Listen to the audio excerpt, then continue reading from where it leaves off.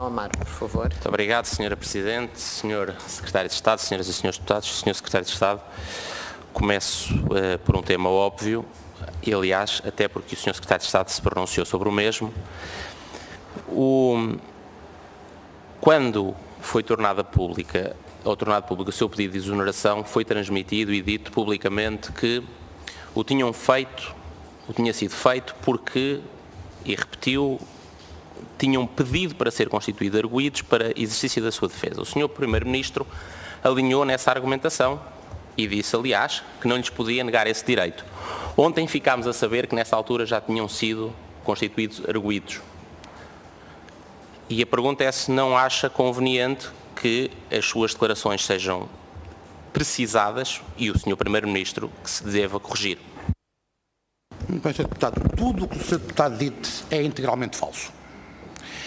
No domingo, nós não dissemos que tínhamos requerido, mas sim que tínhamos decidido requerer a nossa Constituição como arguido. E como eu já afirmei aqui, cumprindo essa decisão, e após ter pedido e ter sido aceite a minha exoneração, na segunda-feira de manhã, solicitei ao Ministério Público a minha Constituição como arguido. Em segundo lugar, posso-lhe garantir, uma vez que a Constituição como arguido é um ato presencial, que não fui constituído arguido. Posso-lhe também garantir que até às 10 horas da manhã de hoje, quando cheguei a este edifício, não tinha recebido nenhuma notificação para ser constituído arguido. Não estou junto à minha caixa de correio e, portanto, naturalmente, pode-se ter havido qualquer diligência desde então. E queria finalmente dizer-lhe que não conheço e, portanto, não posso pronunciar-me sobre qualquer decisão do Ministério Público anterior ou posterior ao anúncio da minha decisão ou ao meu requerimento no sentido da minha Constituição como arguido. A única coisa que eu conheço é um comunicado do Ministério Público de segunda-feira. Aliás, tomei conhecimento dele já depois do envio do meu requerimento, tomei conhecimento de um comunicado do Ministério Público em que se dizia, sem precisar, aliás, quaisquer datas, que o Ministério Público tinha determinado a minha Constituição como arguido e que estavam em curso as diligências nesse sentido. Não disse em momento nenhum o Ministério Público que eu tinha sido constituído arguido. E que, portanto, sabendo que o Código de Processo Penal descreve essas diligências como a minha notificação para esse efeito, eu presumo que o Ministério Público está em vias de proceder, ou já procedeu, à minha notificação para esse efeito. Muito bem, acho bonito. Acho que ficava melhor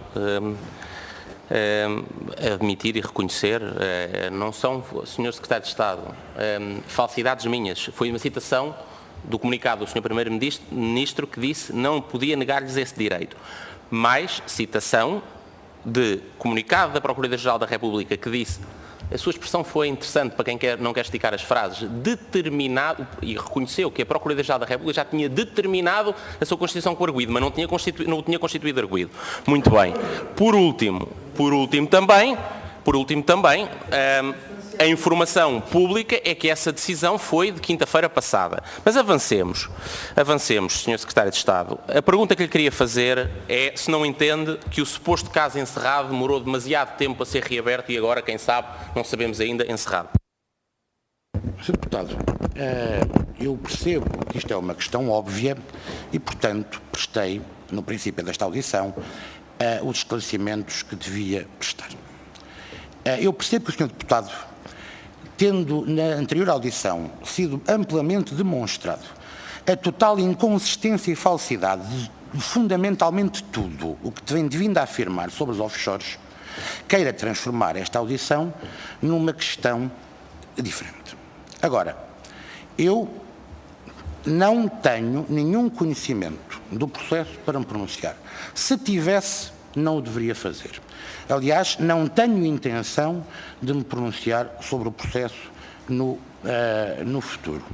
E, portanto, se o Sr. Deputado tem questões relativas ao objeto da audição, tenho todo o gosto em responder.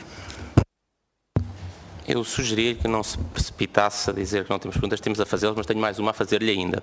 Se no dia 16 de setembro, quando o Governo aprovou o Código de Conduta a dizer que existe condicionamento, não apenas da imparcialidade, mas também da integridade do exercício de funções, quando sejam aceitos bens de valor igual ou superior a 150 euros, não achou que a integridade da sua função e a imparcialidade, que essa talvez ainda diga que se resolva com a escusa, mas a integridade não, o juízo do seu Governo não retirou as suas condições políticas para exercer o cargo? Referindo-me à minha resposta anterior, estou absolutamente disponível para responder às questões. E também, devo dizer, a Assembleia da República, creio eu, tem todo o direito de convocar um membro do Governo ou um ex-membro do Governo, se quiser colocar-lhe questões sobre outras matérias. Eu preventivamente me coloco à disposição desta ou de outra comissão que o queira fazer. Muito bem, acho que é revelador o silêncio, mas as perguntas ficaram e o silêncio tem um sentido. Sobre a questão da retirada de territórios da lista negra de offshores, Sr. Secretário de Estado, o que o diretor do Centro de Estudos Fiscais aqui disse é que, entendendo que deve haver um juízo global dos vários critérios, todos cumulativamente devem ser considerados. Todos. E cada um deles, não há nenhum que deixe de poder ser ponderado, em primeiro lugar. Em segundo lugar, disse que sempre houve a prática de serem pedidos pareceres prévios à autoridade tributária, reconhecendo designadamente que há um conjunto de informação, por exemplo, relativamente à prática administrativa, que a autoridade tributária, os serviços têm. E a pergunta é, o que é que o levou a si a dispensar, a mudar a prática de a decisão de retirada de territórios offshore, ainda para mais quando havia uma lei que constrangia, que condicionava a discricionalidade da decisão política, havia uma lei nova e o Sr. Secretário de Estado, porque é que abdicou de pedir um parecer e porque é que, sobretudo depois da lei, ter vindo criar critérios? Bom, Sr. Deputado, portanto, estamos pelo menos esclarecidos de que algumas questões que o Deputado invocou no plenário, como o parecer ser obrigatório ou a decisão não ser política, já não estão em cima da mesa. Pronto, não me precipito. Bom, o Sr. Diretor do Centro de Estudos Fiscais, o que disse foi, quanto a esta matéria não havia precedente. Portanto, o Sr. Deputado está a invocar a existência de uma prática que o Sr. Diretor do Centro de Estudos Fiscais explicitamente disse. Face a esta matéria não havia precedente, não havia prática. Porque este processo é decorrente de uma decisão política de olhar para a lista, dar uma melhor orientação à forma como se combate a fraude e evasão fiscal em Portugal e, portanto, proceder à revisão da lista. Portanto, essa prática que o Sr. Deputado invoca, pura e simplesmente não existe. Como, aliás, não sou eu que o digo, face ao passado, sou o diretor do CEF. Em Portugal, todas as decisões de retirada ou inclusão em listas offshore dependeram sempre de prévios pareceres da autoridade tributária. O Sr. Secretário de Estado vem dizer que, com o argumento que agora a sua decisão é política, não tinha que ter parecer da autoridade tributária. Explique-me, com o argumento formal que está a utilizar, use-me razões substantivas. Porque é que acha que pode decidir sem parecer da autoridade tributária, designadamente quando, como disse aqui o diretor do Centro de Estudos Fiscais, há várias questões, designadamente a efetividade da troca de informações, que precisa de informação especializada que o senhor não me diga que tem. Sr. Deputado, não sei se aquilo que diz é verdade, porque confesso que não sei se as retiradas do Luxemburgo e de Chipre foram ou não objeto de parecer. Não tenho presente. Pode ser verdade, pode ser não ser verdade, não tenho presente. De qualquer maneira, são as duas únicas decisões de retirada de países da lista antes desta. E foram decisões de retirada, Sr. Deputado, quando se retira. Há outras são decisões de não retirada. Ora, além do mais, essas retiradas também não têm este precedente, uma vez que foram motivadas fundamentalmente por obrigação face ao direito europeu. Ou seja, estabelecendo o direito europeu mecanismos de liberdade de circulação de capitais e tendo diretivas que limitam a tributação destes movimentos, as países na lista era manifestamente ilegal. E, portanto, continuo a dizer, não há nenhum parecer. Há um corpo de pareceres. O meu entendimento é, em vez de pedir sucessivamente pareceres, tipo 6 para o Panamá, talvez convenha lê-los, extrair deles conclusões. E depois há mais formas de obter a opinião dos serviços do que pedindo pareceres, nomeadamente reunindo com os serviços, como se fez, fazendo questões específicas como sobre a existência ou não de obstáculos, como sobre quais são os instrumentos que existem, qual é a avaliação da OCDE. E há ainda uma questão que eu confesso que também gostava que o Sr. Deputado se me dirigisse, se entender. Qual era a intenção do seu governo quando assumiu, logo no princípio, com o Qatar, no fim, com Andorra e pelo meio, com outros países, provavelmente, quando assumiu o compromisso de os retirar da lista? Qual era a intenção do governo? Eu percebo a sua tentação de desviar a atenção, mas devo-lhe dizer, seguramente iniciar um processo que nunca era decidido sem um parecer da autoridade tributária, e foi isso que lhe faltou. E ainda não conseguiu explicar porquê. Mas eu acho que se começa a perceber porquê. Mas deixe-me dizer-lhe, nós tivemos hoje aqui um momento que só acrescenta confusão para quem tenta perceber o que se passou. Em resposta à Sra. Deputada Cecília Meireles, o Sr. Secretário de Estado veio pela primeira vez, depois de vários debates nesta Casa, falar em razões, fundamentos que até hoje nunca tinha falado. Fundamentos que a Sra. Deputada classificou de ordem diplomática, comunidade portuguesa, relações com o Estado, o que devemos reconhecer que depois de ter feito há 7 meses um parecer escrito que não invoga nenhum desses fundamentos, se calhar demonstra alguma incoerência e falta de razão. Mas deixe-me dizer-lhe mais. Olhando para a lei portuguesa, que o diretor do Centro de Estudos Fiscais disse, obriga a que todos aqueles critérios, sejam ponderados, todos, como nós sempre dissemos, e em segundo lugar, o Sr. Secretário de Estado, aliás, o Sr. Ministro das Finanças tinha um dever de explicar relativamente a cada um deles porque é que ele está cumprido ou não. O que é que faz, chama-se o ónus de fundamentação, que o Sr. Secretário de Estado conhece bem. O que é que faz o Governo, depois destes argumentos de ordem diplomática? Até hoje a tese era a classificação na OCDE. Esse é um sub dos 4 critérios. Todos os outros são ignorados. Mas hoje teve, permita-me usar a expressão, algum descaramento de dizer, Sra. Deputada Cecília Meireles está muito enganada, porque há um parceiro da autoridade tributária, sobre o Uruguai, desfavorável, um de 2014 e outro de março de 2015. Mas uns meses depois, a OCDE veio publicar um relatório que muda a classificação. Ó, Sr. Secretário de Estado, eu espero que tenha lido o relatório. O relatório diz lá que a avaliação que a OCDE faz é do período entre 2010 e 2013. O que significa que tudo o que a OCDE pensa e diz é sobre 2010 e 2013. Depois disso, em 2014 e em 2015, a autoridade tributária olhou para a situação do Uruguai e disse, não cumpre. Explique-me lá onde é que as circunstâncias mudaram. Sr. Deputado, como compreenderá, os relatórios internacionais baseiam-se em análises que decorrem num período temporal, são discutidos e finalmente aprovados. E são conhecidos quando são publicados.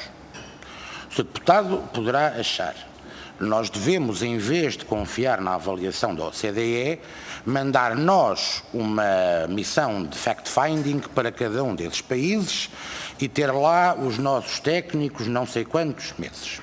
Bom, o nosso entendimento, o Sr. Deputado naturalmente pode entender de outra maneira, é que a forma mais económica, se quiser, de o fazer, a forma que o CEF também recomenda, a forma que geralmente seguida, é para isso que servem as avaliações, é pegarmos as avaliações da OCDE. E, portanto, a questão é, a avaliação da OCDE é conhecida depois do parecer da autoridade tributária. E, portanto, qual é a questão? É que antes dela ser publicada, a autoridade tributária não a conhece. Pois, ao Sr. Secretário de Estado, mas se quer levar-se isso a sério, ter em conta a avaliação da autoridade da OCDE, leria também no relatório que naquele ponto que invocou ser o ponto importante, que é o ponto da troca de informações, a OCDE diz, apesar de uma classificação geral positiva ao Uruguai, sobre a troca de informações há um falhanço rotundo. O Uruguai, pelos testes feitos economicamente pela OCDE, ficou demonstrado que não responde a 2/3 dos pedidos de informação. Explique-me onde é que mesmo nessa sua leitura o subcritério da troca de informações efetivas está com. Tem que continuar a ler, Sr. Deputado. Tem que continuar a ler e verificar que também está explicado nesse mesmo relatório que essa não troca se refere fundamentalmente aos pedidos de um país, a Argentina, e que se refere a pedidos da Argentina anteriores à entrada em vigor da Convenção sobre Troca de Informações entre os dois países. E que, portanto, o Uruguai, tal como, aliás, outros países, aplicam os pedidos de troca de informações em factos para o futuro. E não é assim tão estranho. Volto a invocar a Convenção de Troca de Informações entre Portugal e a Suíça, celebrada pelo seu governo, em que Portugal também aceitou que a Suíça apenas trocasse informações relativamente a factos posteriores à entrada em vigor da Convenção. E, portanto, eu diria, eu tive a mesma compreensão com o Uruguai de que o governo que fez parte teve com a Suíça. Sr. Secretário de Estado, não foi apenas da Argentina, foram vários pedidos de vários países, ponto 10 da página 9 do relatório da OCDE. Preferia que continuasse a manter-se nos factos, ou que começasse a manter-se nos factos. Mas deixe-me dizer-lhe, eu já sabia que havia um momento em que o deputado João Galamba não se conseguia aguentar. É o sinal do nervosismo típico dele, mas nós aguentamos com paciência. Terá o desconto desta interrupção. O senhor Secretário de Estado, a sua decisão, aliás, como eu creio que terá ouvido o diretor do Centro de Estudos Fiscais, não cumpre o dever de fundamentação. O senhor Secretário de Estado não diz em que medida é que ponderou e com que grau e em que medida é que ficou alguma coisa demonstrado sobre os vários critérios da lei. Sim, um dever de fundamentar é um dever legal e o senhor não o cumpriu. Sim, e para além da questão política, a questão jurídica é grave e é relevante. Mas vamos terminar com a questão política.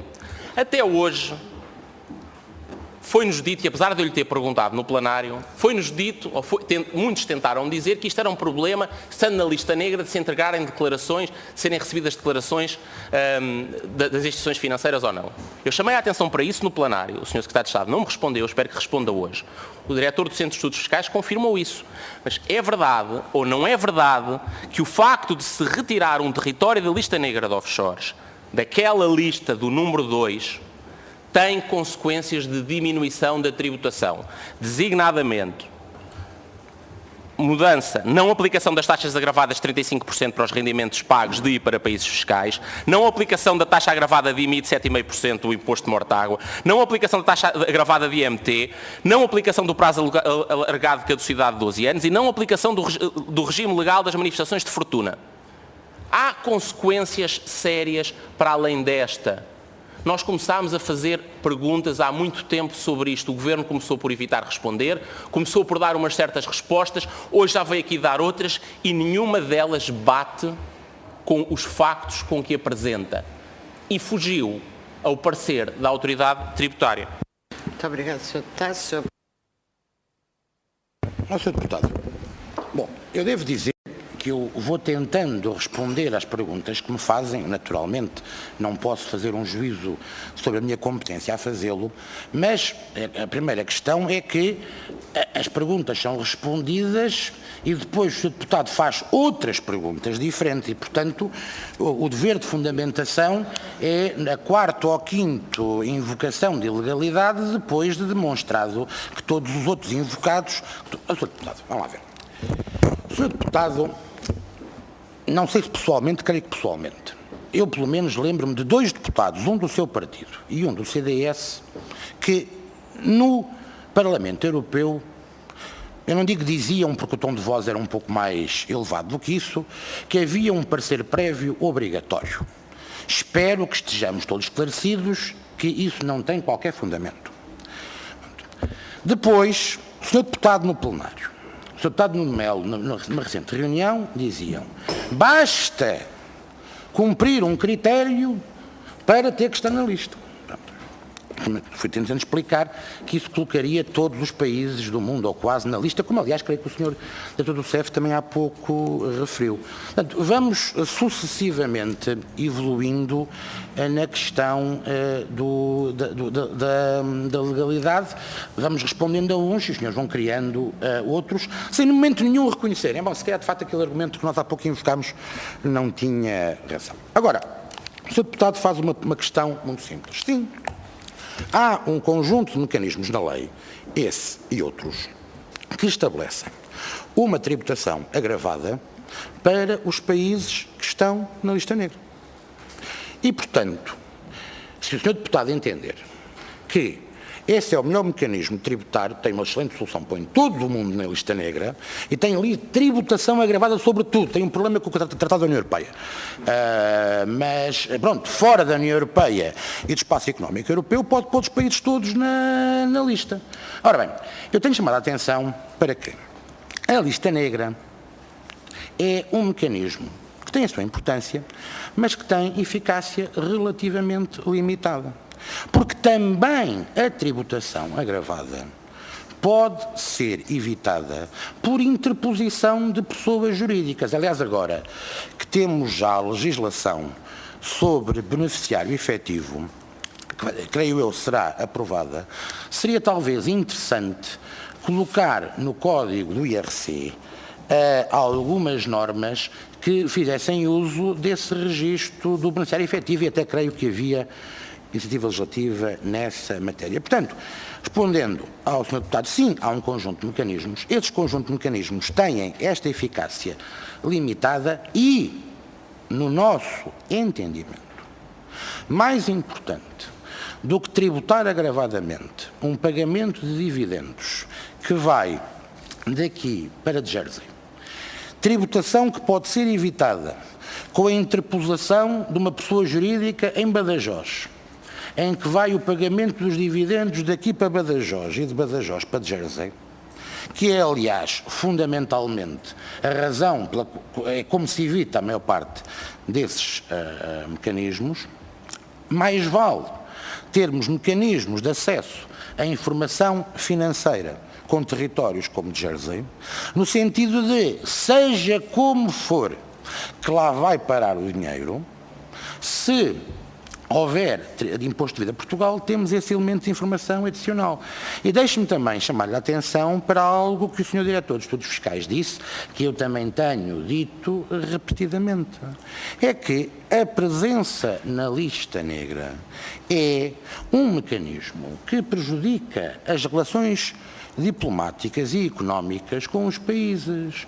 Ora, repare, a questão do Panamá, desde há uns anos, ficou com uma bastante má fama, porque foi associado aos Panama Papers e neste momento, portanto, parece um paraíso fiscal muito pior que os outros. Mas havia uma razão muito legítima para o governo anterior ter interesse em que o Panamá saísse da lista. É que havia um conjunto significativo de empresas portuguesas que tinham interesse em participar nas obras do Canal do Panamá e que, naturalmente, os países, o Panamá e outros, podem e exercem represálias contra as empresas portuguesas por via da sua presença na lista. E, portanto, como também disse, aliás, o senhor diretor do CEF, a presença na lista tem consequências que são positivas e tem consequências que são negativas e todas têm que ser ponderadas.